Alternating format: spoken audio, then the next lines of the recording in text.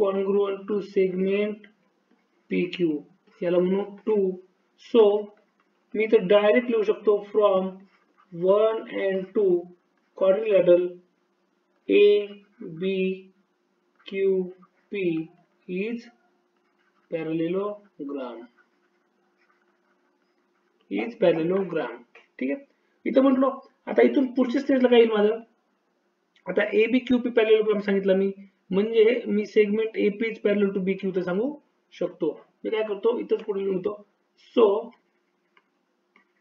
Segment AP is parallel to segment BQ and segment AP is congruent to segment BQ. याला वाटलं असेल तुम्ही number देऊन ठेवतो 3 आणि 4. आता घेऊ खाली in quadrilateral ACRP segment AC is parallel to segment PR and याला वाटलं असेल equation number 5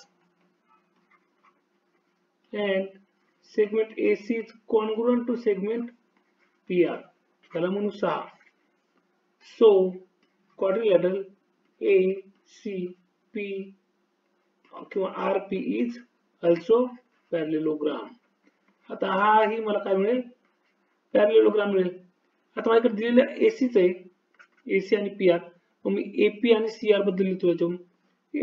so segment AP is parallel to segment CR and याला वाटलं सात, आपण 7 नंबर देऊ. and segment AP is congruent to segment CR.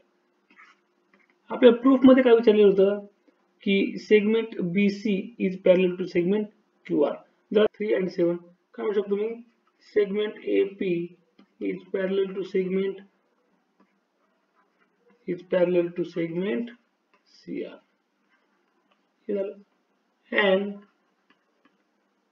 from equation 8, आता equation 4 आणि इक्वेशन 8 वर काय म्हणू शकतो मी, segment AP is congruent to segment BQ is congruent to segment CR. So quadrilateral BCRQ is parallelogram. जसे मी वरची कंडिशन लिहिली होती की दोन साइड पॅरलल आणि त्याच साइड कॉन्ग्रुएंट असतील तर काय असतो, तर तो दिलेला क्वाड्रिलॅटरल पॅरलेलोग्राम असतो. BCRQ हा देखील काय झाला, आपला पॅरलेलोग्राम झाला. सो याचाच अर्थ मी काय म्हणू शकतो, segment BC is parallel to segment QR. हा झाला एक प्रूफ. आणि सेकंड कंडिशन काय असेल, and segment BC is congruent to segment QR.